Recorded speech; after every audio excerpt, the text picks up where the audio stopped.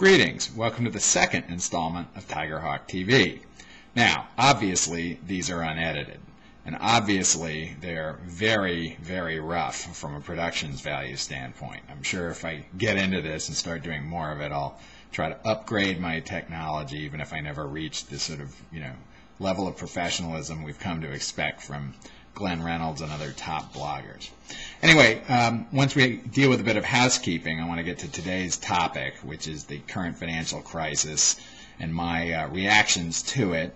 I'm a bit of an amateur historian in the market. At least I've read histories of the financial markets over the years and have come back to them in recent weeks.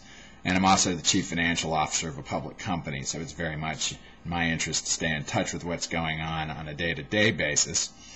First, the housekeeping. No, I'm not always going to wear orange and black on these calls. It's just that I've managed to schedule both of them now for home football weekends. Today, Princeton takes on Harvard, so I got to get the beat Harvard out of the way before we get to the meat of the call. Now, what's going on? And I'm looking down at some notes here. Sorry about that. First of all, the credit markets are improving a little bit.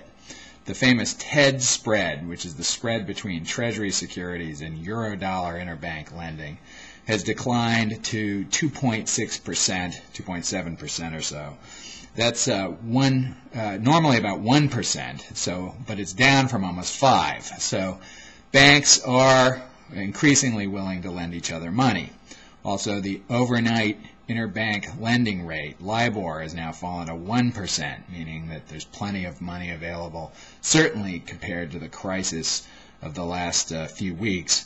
And the 3-month LIBOR rate, London interbank borrowing rate, is down to about 3.5%, which is above where it was pre-crisis levels, but well below where it was, again, just a couple of weeks ago.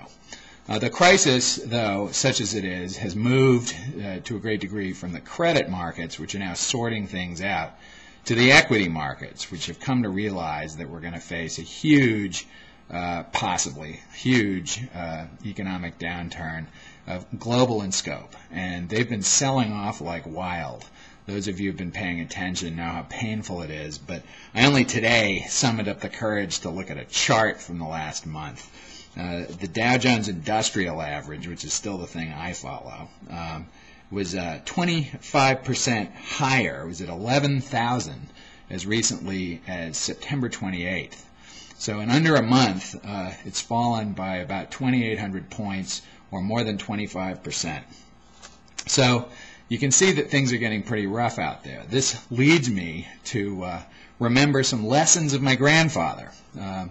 Prompted, I might add, these memories were prompted by a email exchange with a friend of mine, a childhood friend of mine, who had remembered these conversations we'd had as teenagers, amazingly enough, and asked me to write something on it. I'm not sure I'm going to write anything, but I will talk about it.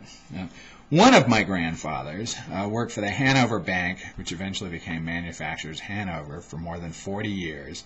He retired in 1965. And I've remembered going through some of his effects that the Hanover Bank and Manufacturers Hanover produced voluminous corporate mission statements and internal documents and pieces of propaganda for their customers that described very much the mission of the bank, and that was to ensure sound money.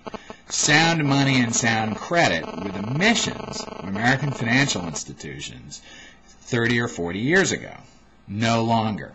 I remember a second anecdote. In 1980, I actually had a summer job at Manufacturers Hanover, and we were invited to go to a sort of a big lunch with John McGillicuddy, who was then the chief executive officer, and himself probably in his 60s by 1980. And one of the young financial analysts in the bank, happened to be a cousin of mine, stood up and asked when Manufacturers Hanover would begin making loans below prime. And John McGillicuddy's response was, "We're never going to do that."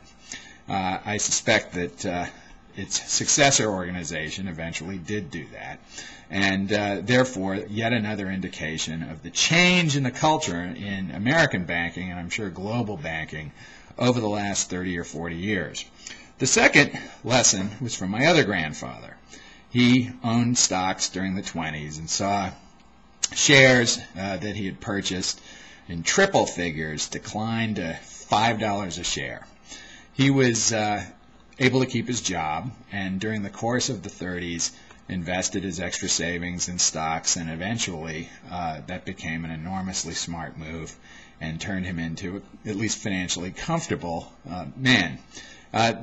The moral of that, according to him, was always have faith in America. America's growth companies will always come back, and that the American system will eventually drive great success. And I think that that's something we all need to remember today, even if it looks like we're all going to have to work, perhaps years longer before their cherished date of retirement. Maybe we can't expect to necessarily give up working long before our bodies command us to do so.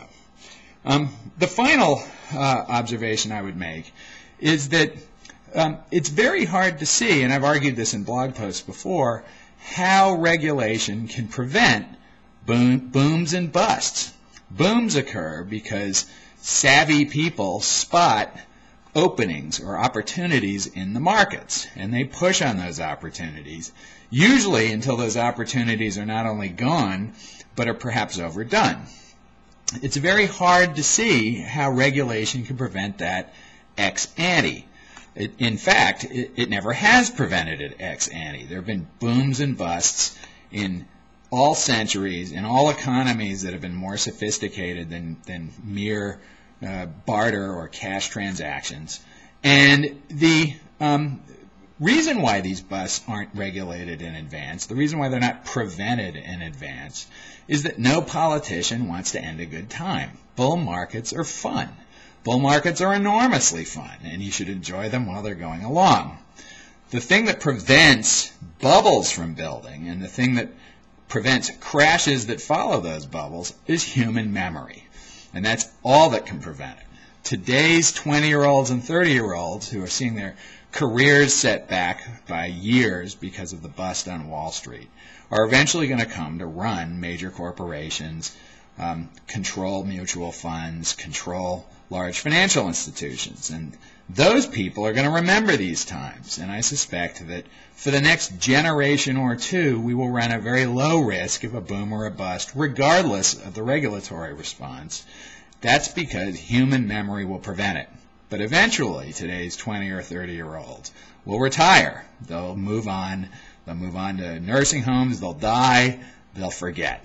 And in their place will come along a generation not yet born that will think it's different this time. And that generation will once again inflate asset prices to a ridiculous level, claiming it's different this time. And then once again, those assets will crash to earth. Anyway, I hope you've enjoyed this, and beat Harvard.